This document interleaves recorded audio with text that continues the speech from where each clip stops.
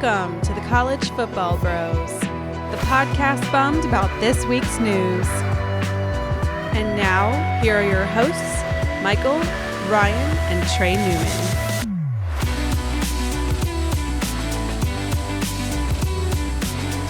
Welcome to the College Football Bros podcast. I am Michael Newman, and I'm joined by the middleest brother. Yeah, it's me, Ryan Newman. And by the oldest brother. And that's me, Trey Newman. All right, I could sense a little somber attitude from Ryan there. Both of you guys, understandable. Today's episode, we're going to cover all of the bad news over the last few days. So the Big Ten and Pac-12 have postponed or canceled their fall seasons. And this all kind of started on Saturday when the MAC became the first FBS conference to cancel their season. And then on Sunday, there were a bunch of reports that the Big Ten was looking to do the same. And there was even predictions that the whole Power Five by the end of the week would shut down the season. So with those rumors, there started a movement. A ton of players took to social media saying they wanted to play the season. And it was largely led by Trevor Lawrence. The hashtag We Want to Play movement got started. That joined up with the hashtag We Are United movement from the Pac-12 and the Big Ten. So all the Power Five conferences involved, and Trevor Lawrence posted an image on Twitter stating the goals of this group, which included universally mandated safety protocols, guaranteed eligibility extensions for players who opt out, and the creation of a college football players association. So first off, before we get to the cancellations, what were your thoughts on the players rising up like this? I don't really have a problem with it. I enjoyed seeing all the players kind of come together, voice their opinion of wanting to play and fight for what they want. Most even kind of explained in their tweets of why they felt safe playing and not just wanting to play to play.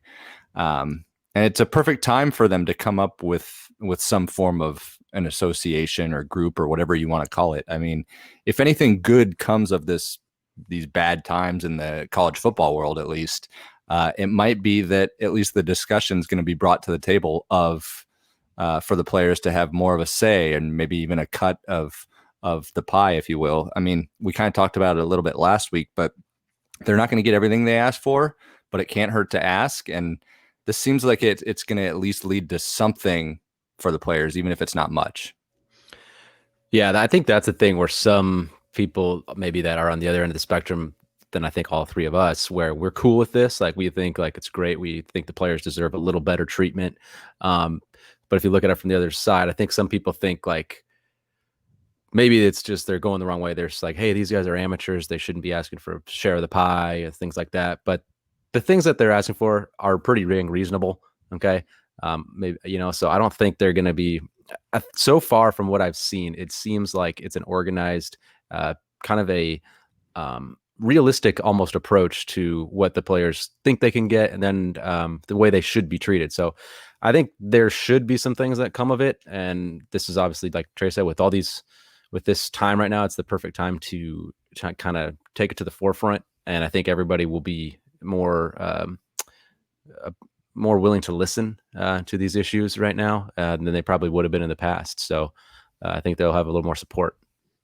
Yep. And I'm sure, some of those people that were against the Pac-12 and Big Ten movements, maybe were largely because they just want to push forward with the season. Well, now to have a group of players that is in favor of the season, but is also in favor of the players having a voice, that kind of puts everybody in the same group. It seems like now everybody, not everybody, of course, but a lot of people are in favor of the players voicing their opinions, whether that be for COVID protections, threatening to sit out the season unless they get COVID protections, or those that are really want the season to happen and are trying to exert that influence. But I think it's kind of a good news, bad news for, say, the ACC, Big 12, and SEC, because I'm sure they're happy that, hey, this gives them more of a reason to have the season, because of course that's what they want. The players voicing their opinions, saying, hey, we want to play, even Trump tweeting it. It's just, there was some momentum to say, hey, let's try and make this thing go forward. Now, they were probably unhappy with the fact that they included the prospect of a players association. That is very bad for the establishment. I mean, at least in their eyes, it seems. I don't think it's bad, but just kind of a interesting Sunday for sure. I mean, we went to bed on Sunday night thinking college football was almost for sure done. Obviously, it's not necessarily the case now. Okay, so let's skip ahead. The Mountain West dropped out. Old Dominion dropped out. No surprises there. But the players were still making their pleas on Twitter. That movement was still going. Coaches joined the mix. Ryan Day, Jim Harbaugh, James Franklin, very notably Scott Frost as well, made their case for there to be a season. But then, unfortunately, on Tuesday, became official that the Big Ten is canceling the fall season with an eye towards playing in the spring.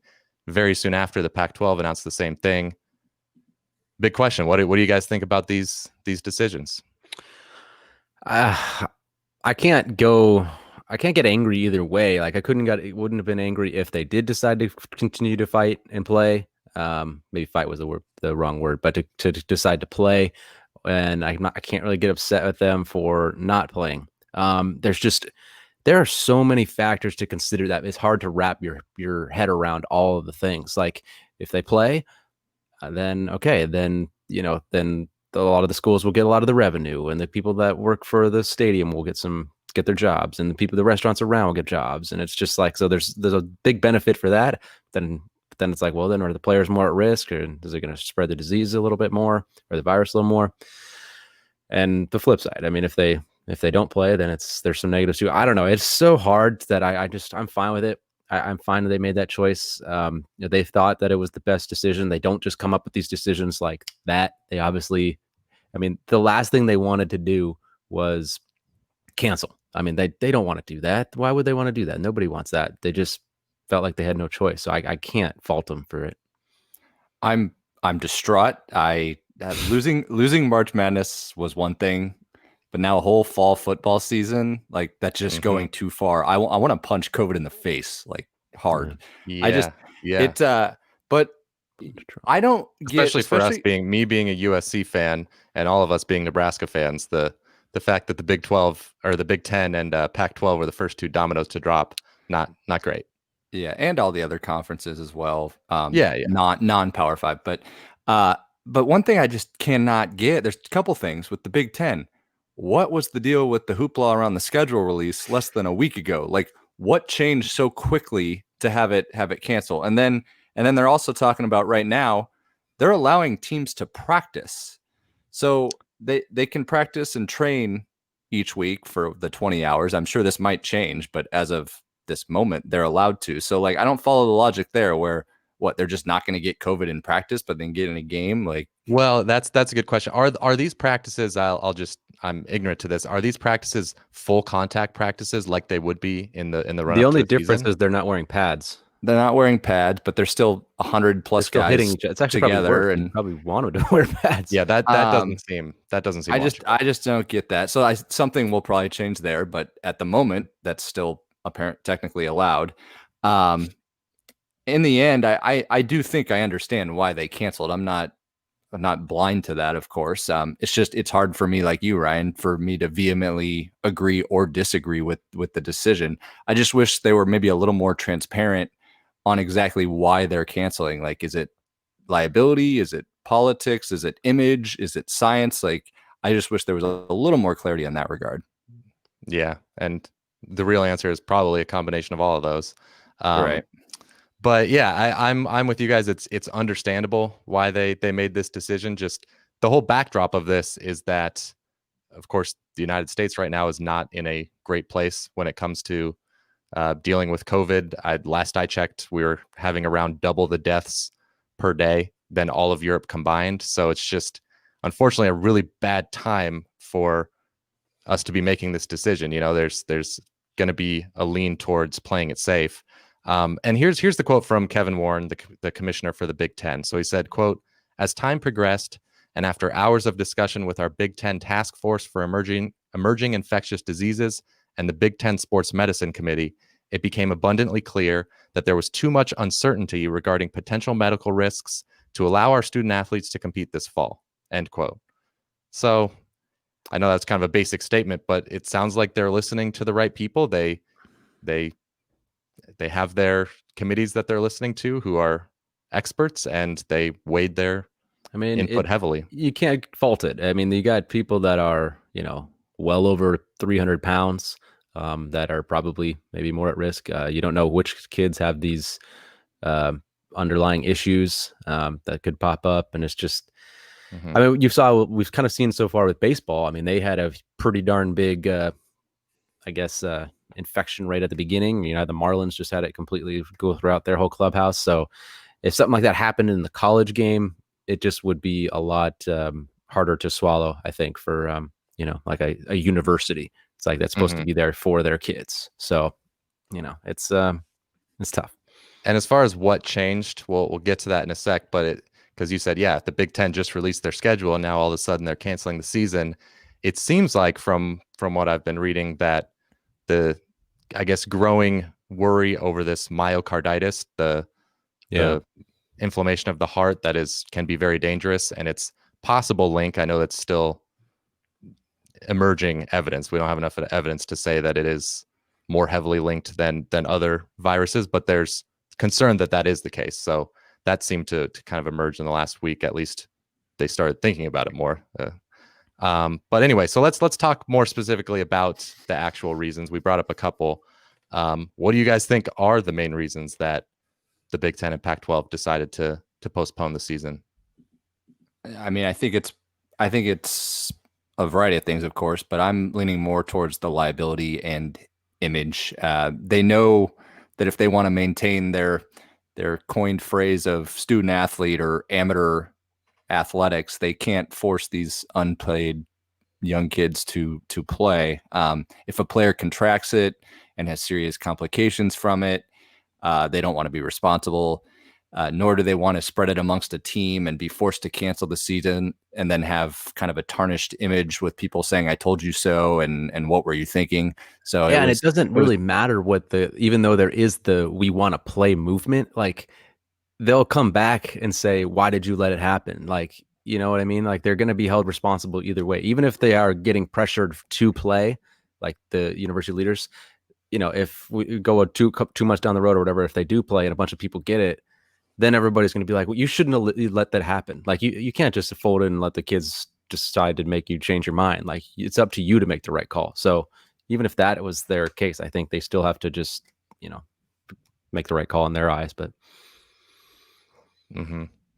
and so the Pac-12 was, at least from what I saw, a little bit more specific. Their medical advisory committee came out with a report that highlighted 4 main issues that are the reason for shutting down the season. And I assume many of these are similar to what the Big Ten was considering, though not all. But the first, so number 1 there was just the general spread of the virus. Most of the Pac-12 schools are in areas that are currently at a dangerous level of community spread.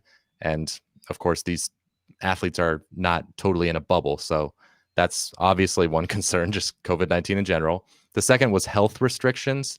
This probably applies more to the Pac-12 than the Big Ten, but like for right now, for example, in LA County, USC and UCLA are not cleared to have quarterbacks and receivers playing catch. Like that right now is against the ordinances or guidelines. So that was presenting some problems. The third reason was the myocarditis, which we brought up a little bit ago. So that liability, that kind of speaks to your point, Trey, about liability. That's huge there, potentially. And then the fourth, which is another big reason, is testing. They're using up, public and university resources for these tests. And the Pac-12 Medical Committee said that they really need those quick turnaround tests for, at least, according to their guidelines, for it to be a truly effective prevention strategy for not just, catching and preventing a spread, but actually preventing the, initial infections. So those were their considerations, and they all sound reasonable to me. Maybe it's a little bit of AD speak, but USC's athletic director Mike Bones said, "In my view, no reasonable-minded individual could have listened to the facts presented by our medical experts and believed that we had any other option at this time." And that's what kind of a pretty frustrates strong me. Statement. It frustrates me though, is because like you got the Pac-12 doctors saying that, which I'm not refuting because I'm not a doctor. But then you've got ACC and SEC doctors apparently saying it's fine. So like, why aren't they? Where's the camaraderie here? Where's the continuity? But that's a different topic. Yeah, that's one issue people have brought up, that maybe college football in this case would be better off with a more unified structure. And we'll talk about the other schools, even though it seems like we're saying this is at least a reasonable decision. Like you said earlier, Ryan, doesn't mean that the decision by the other 3 Power 5 conferences is unreasonable. I mean, there's medical experts right now. This is a novel virus, so it's not like the medical experts are all going to say the exact same thing.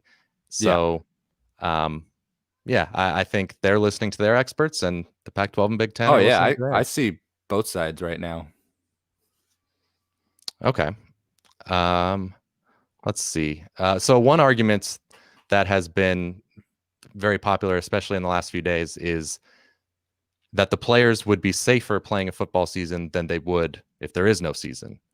Yeah. What's your guys' take on that?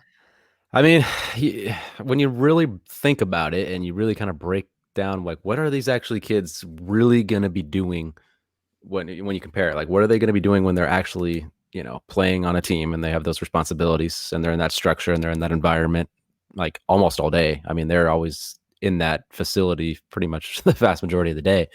Or if they're, season and they're just on their own.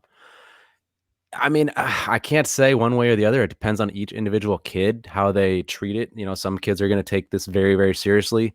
And if there is no season, they're going to be smart and they're going to make the right choices. Others are not. Others are going to go out there, party, just pretend like they're invincible. That's just inevitable. There's so many of them and they're young and that's just normal. But so this is where it kind of gets into like, I guess the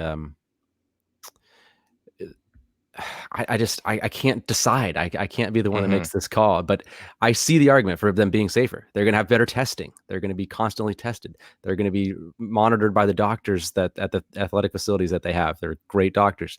They're going to be fed well. They're going to have better immune system because they'll be healthier. I mean, it's just, I don't know. I see both sides, and I actually see the reasoning why they actually would be safer in that, playing. Yeah, I can see the argument too. There's a potentially a few things that I see though that go against that argument. So the first is that having a season is kind of guaranteeing a lot of interaction. You're going to have 150 players and coaches and staff around each other. You're going to have full contact practices. That's kind of like one big party every day, going to practice. So, and then those coaches, they're going to go home to their families. The students aren't in a bubble, so they're still going to be interacting with members of the community. So you can see how that is worrisome. Now the second argument is that if they can keep a lot of these same health and safety protocols that are currently in place, that a lot of schools have been doing a good job, that would be really helpful. So, for example, Ohio State announced that its players are going to remain on scholarship. COVID-19 testing protocols are going to remain in place. They're going to have access to the sports performance, medical/training and nutrition areas. And the current, like I said, the current safety protocols are going to stay in place. So that would kind of make the kids safe. It's not hanging them out to dry. I think that might be the best option if you're not going to play the season, obviously. Yeah. I mean, and it's great. That's absolutely great. But unfortunately, I don't think that's going to happen at every university, because you get the argument too of some of these universities are having students on campus in a much less structured environment that these football players would be. Like they'd be, like Ryan said, they'd be at the facility, they'd be in that team environment, and they'd have structure and plans. I'm not campaigning yay or nay on that, but that's what I've heard, see some people, their claim is they're going to have an average student on campus in dorms and fraternities and stuff with a lot less structure, kind of on their own. So, and people aren't as overly concerned about that as when you talk about the team, but that's again another topic. So but it's just one of those things, like we're not going to we're kind of sound like we're on the fence, but I think all three of us are pretty rational in the sense we can generally see both sides when it comes to this. But when we talk about the, I kind of touched on this earlier, but I just kind of want to bring it up again, where we are having this argument where it might be actually safer for the kids. I mean, there's arguments to be made that if they're, playing football, they're safer in that environment. But then you also have consider like I mentioned earlier, all the jobs and all the money that it would bring in, and the fact that you would save so many other people's jobs. The other sports at the school, they would be able to stay alive. Where, I mean, obviously no football for an entire year, lose $100 million in revenue.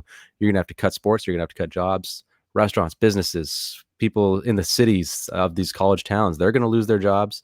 So it's a ton of people that are gonna do it. And is that worth the, I know it's hard when you're talking about health, but is there a difference of playing and not playing? It's hard to say.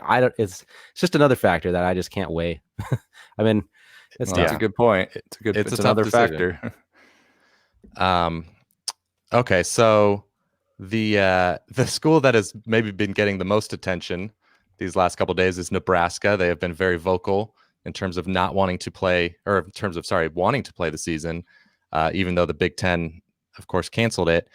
Scott Frost, along with the university president and chancellor, released a joint statement, and they said, quote, "We are very disappointed in the decision by the Big Ten Conference to postpone the fall season, as we have been and continue to be ready to play," end quote. So what are your guys' thoughts? Do you think there's any chance that happens? What's been your reaction to the backlash against our beloved Huskers?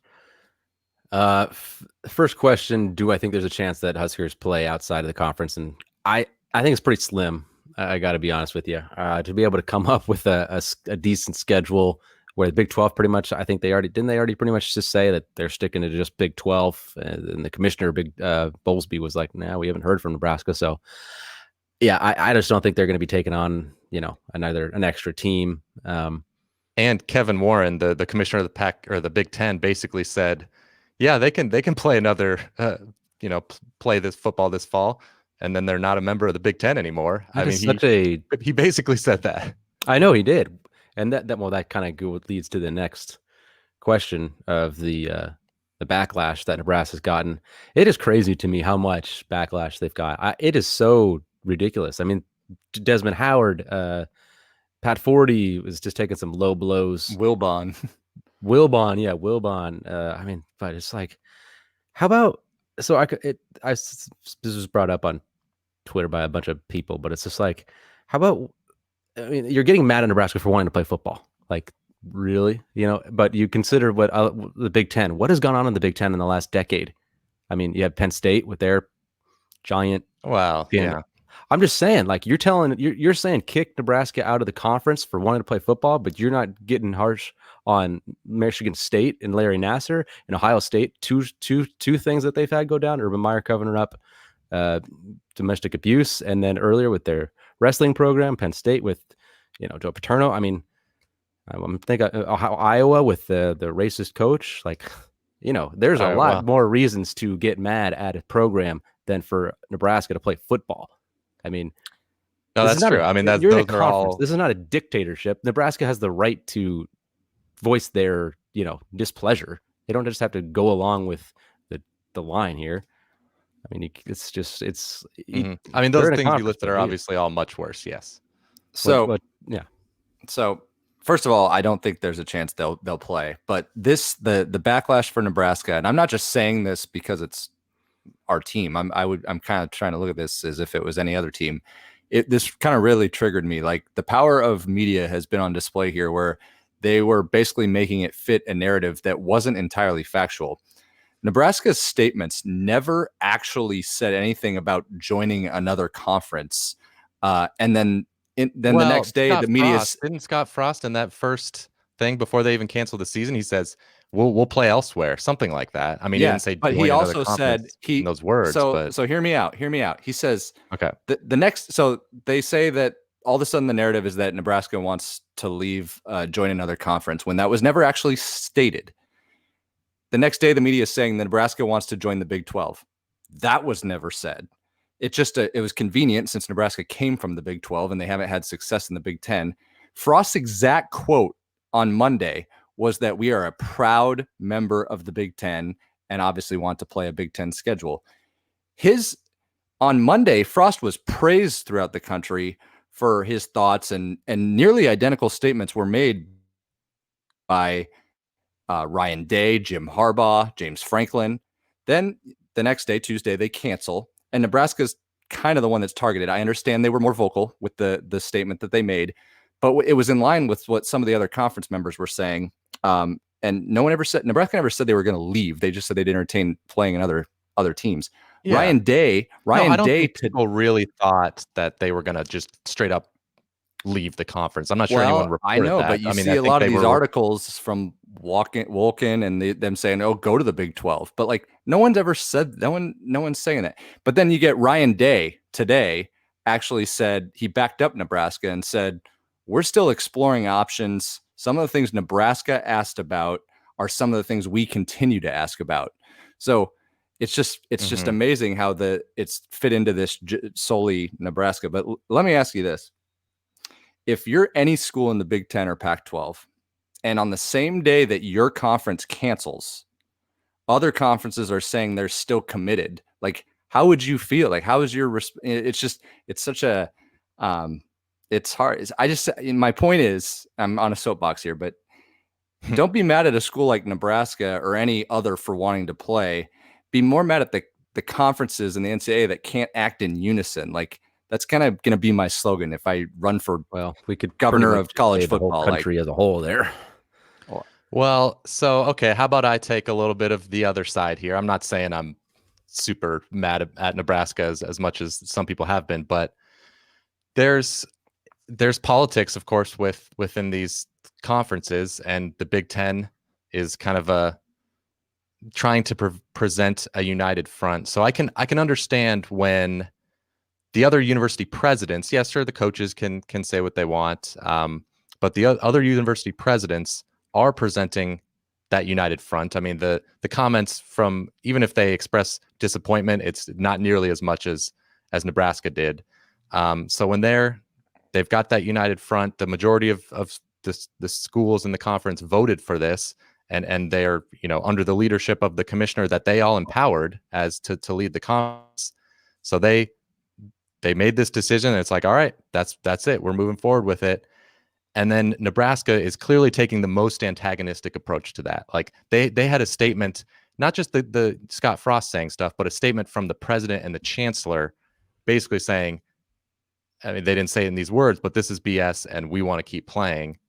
I don't know. I can understand why that would ruffle some feathers. I'm not going to be super upset about it, but I guess I understand a little bit of at least the conferences, the rest of the Big Ten conference being upset about that. Now, Mike Wilbon and Desmond Howard, it's like, all right, guys, chill out a little bit. It's not the end of the world, but I guess those are my thoughts. Yeah, I just think that they have a right to speak out. It's I don't see the big issue with that. I mean, it just took on a life of its own. I think it got blown a little bit out of proportion and whatever, fair or unfair. Yeah, how about talking about some of these low blows though? Like, what was it? 40 said, "Oh, then maybe Nebraska can join the AAC, good level competition or something for them." It's like, dude. And then Desmond's like, or no, there was another article. I forget who it was from, but he was like, the person was like, "Oh, Nebraska wants to leave. Okay, whatever. Who cares?" But it's really more about Ohio State and Penn State. That's where the Big Ten needs to focus. It's like, dude. I mean, yeah, people are really overreacting about Nebraska. Bro. We suck, bro. It's like, we don't suck that bad. We've had 3 bad years, and it's like we've been in the conference 9 years, 6 bowl games. It's like, how bad have we really been? And to think we're going to be down forever is also stupid. But it's more than that. Nebraska brings so much, money to the conference. I mean, the fan base and the following is huge. But it's like, geez Louise. I mean, okay, all right. Crazy. There's the bros thoughts. Take it. All right, so moving on to the other 3 Power 5 conferences. The Big 12 schools were reportedly, they were kind of on the fence after the Pac-12 and Big Ten made their decisions, but then they came out and with a statement that essentially said right now they think it's safe to proceed with the season, and of course if that changes, obviously they'll change course. and the ACC and SEC basically the same thing. So what are your thoughts on their decisions, and what are your predictions about what's going to happen? That's a tough question. But. Yeah, I know. I mean, it still seems unlikely that only those conferences will end up playing, but if they do, I guess at this point, more power to them. Michael, like you just said, like this is an unprecedented time, and I'm really not willing to say anything with conviction. I know. I agree with you. It's just like, you look at like the NFL. I mean, they could change its tune and cancel, and at this point, I guess that wouldn't surprise me, even though people are saying they're full go. So it's tough. But if they do play, I kind of brought it up before. I would love the doctors and leaders in the decision. I would love them to explain to the rest of the country, just because it'd be interesting to know what went into their mindset of why they're playing versus, and I would love to hear the doctors and leaders of the other conferences that don't play. I'd love to hear both sides of what was actually stated. That'd be fascinating. Well, even the SEC commissioner Sankey, he's kind of said the same thing when he's like, I'd love to hear what the Pac-12 and Big Ten were looking at, so that we can use it to make our decision. So yeah, it's like, what do you know that we don't, and vice versa. And the last thing is like, can you imagine the player and fan uproar if the ACC, SEC, Big 12 go through and it goes off without a hitch? Like it'd be fascinating to sit back and watch the fireworks. Everybody would be like, "Oh, Nebraska was right." Well, yeah. No, I've been I guess I've been so far on this episode, I guess maybe it seems like I'm a little on the fence about which way was the right move, but I've been saying for several months that I just really didn't see any way it was going to happen. I just didn't think it was realistic. Yeah, you've been pretty consistent on the podcast a little bit, but off the podcast quite a bit. Been a little bit stronger off the pod. Just I didn't want to bring everybody down that's listening here, but I really just thought it was super far-fetched. The way you compare it with baseball, the NBA was making it work, but they had to go to a bubble and go to some severe, super huge restrictions to make it work. And I knew that was impossible for college football to do that, and especially since they're not professional athletes. It was one of two things had to happen. There had to be a vaccine, and it had to get through out quickly, which was never going to happen by this time, or the cases had to go way, way, way down. But by the numbers and just by the judging of what's gone on around the country, knew that was pretty far-fetched too. I don't think the ACC, SEC, and Big 12 will end up going through with it. When they already have two other conferences already down, I don't think they're going to take the risk. And I don't think they can realistically do it without there being, especially when you consider there's a lot of those schools are in some severely hot spot areas. I mean, just look at Georgia and Florida. It's like they're having some of their record highs. Like, how are you going to manage that? And you can't risk it. So I wish I could say it would happen, but I really don't think they'll go through with it. Okay. I definitely don't have as much confidence as you do, because some schools have, they've been having students on campus, of course, the athletes on campus, and managing it pretty well. That's the difference. Well, yeah, it's not going to be, that's going to be bad when you have the whole student body come to campus. Although, I'm not sure how many schools are having the entire student body come. I'm guessing that varies around the country. But so as far as my prediction, I don't feel super confident like Trey. I'm not willing to make any bold proclamations. I would predict that there is no season even for these conferences. I hope I'm wrong. I hope, that we don't have outbreaks. I hope that they deem it to be safe, but I guess that would be my guess, just based on, all these other conferences canceling. Yep. Okay, so but if they do play, if these three Power 5 conferences, and of course there's still some G5 conferences that have not canceled, what do you see happening as far as transfers away from the Big Ten and Pac-12? Ooh, yeah, that's tough. Mm-hmm. That's why we get paid the big bucks to podcast, Ryan. Man, yeah, I don't know if they're gonna. They have this so little time to get to transfer. I don't. And the school year's already started, so I don't think they can. Has it? I don't think it's. Well, school year will have started very shortly. Yeah, I guess not for everyone though. Very shortly. So yeah, I don't know. I mean, all these decisions would have to be made within very, very short amount of time and very uncertain times. Why would a kid transfer if there's not really sure at all if they're going to be able to play, if there's going to have games. So I don't know. This one, I'm going to go ahead and I'm going to predict. I don't think there'll be really any from the Pac-12 or Big Ten. I think they will unfortunately. I guess you think the season will get canceled anyway. I mean, well, even if it does go with, but yeah, we're assuming they do. They do. Yeah, we're assuming they do. So, but I'm kind of answering the question. Even if they do, I don't think they'll get any transfers. I mean, I think that there would be some transfers. There's, of course, some players that could grad transfer, I'm sure. And the NCAA's got to make a big decision as to whether they're going to allow these players who aren't grad transfers to transfer without having to sit out. You would think that they would allow that. The more I think about it, just because it just seems very unfair to. Yeah. Well, this brings up another point to me that I forgot to mention when we were talking about repercussions of, not playing next year.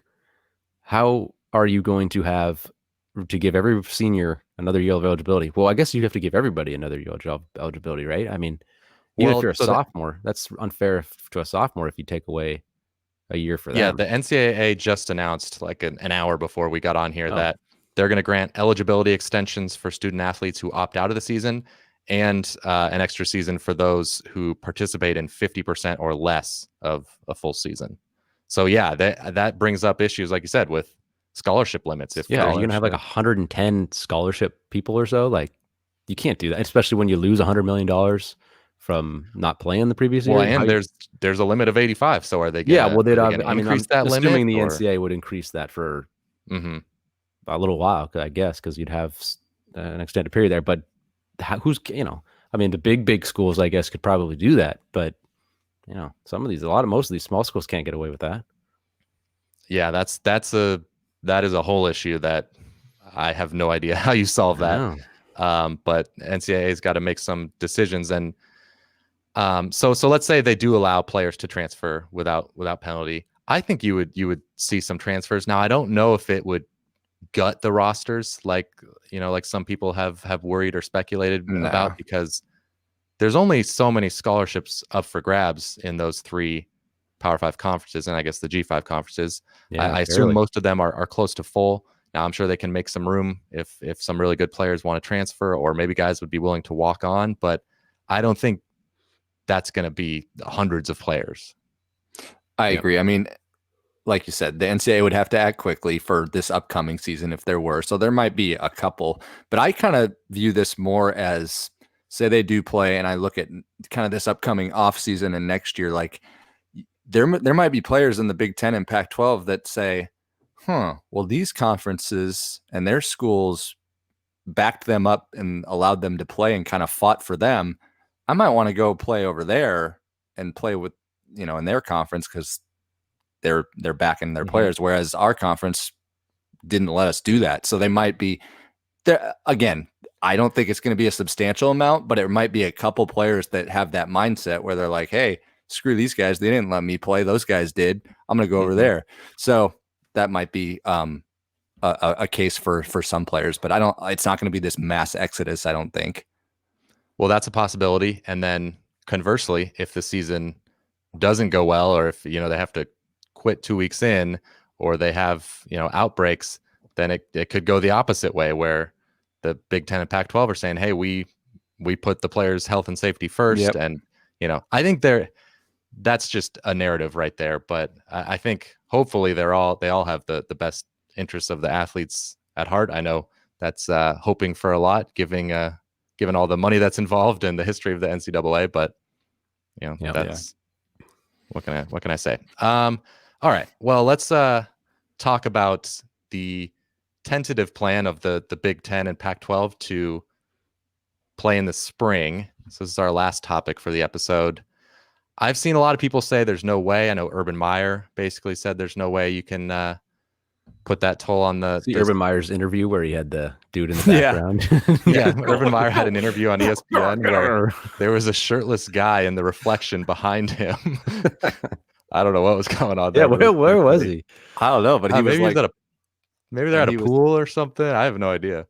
men's club or something. But he knew him or something. He knew they were. Yeah, he knew who he was. It looked like. Anyway, great clip. So yeah, guys like him have said no, this is not possible to happen. I've seen other people say it is possible, but would be very difficult. Almost nobody's saying it's going to be easy. That's for sure. But what do you guys think? What camp are you in? Well, I don't see it happening for a variety of reasons. I mean, I'm not even going to talk about like the NFL draft reason, but from a pure football perspective, kind of like what Urban his point was, and I've heard other coaches mention this, is even without COVID in the world, they've expressed their displeasure of that. They don't want their kids playing essentially 2 seasons within 6 to 9 months. That's is bigger toll on their body than potentially COVID could. But number 2, I just don't see, like, COVID's just not going to go away here in a couple months. And even if a vaccine came quickly, which it could, but it's unlikely, like the whole entire population isn't going to get it in time. And there's going to be a need. The only way I see it happening is there still needs to be a major mental shift in dealing with COVID if they're going to play any sports in the spring, not even just football, like basketball and all those others. So I hope, believe me, I would love to watch it in the spring. I'm not against it. I just don't see it happening.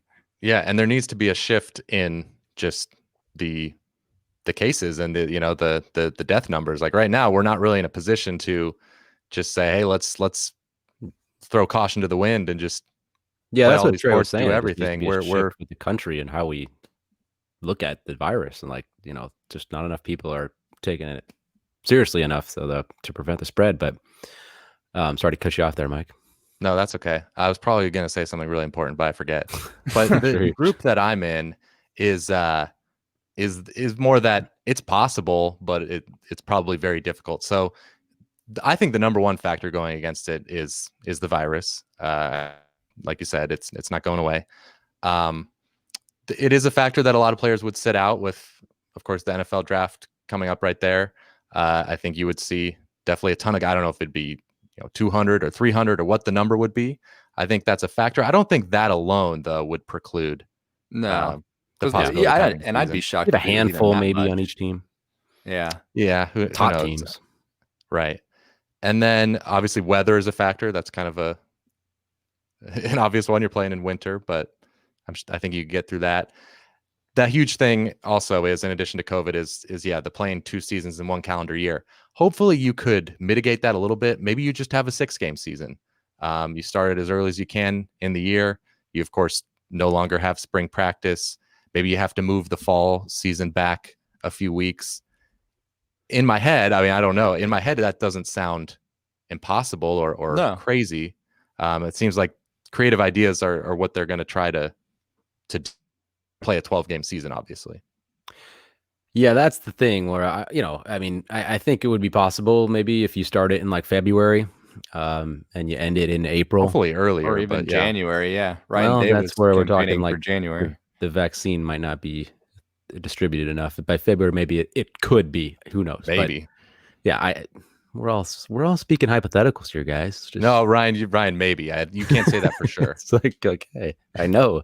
I'm not saying this is going to happen. Right. Maybe. Right.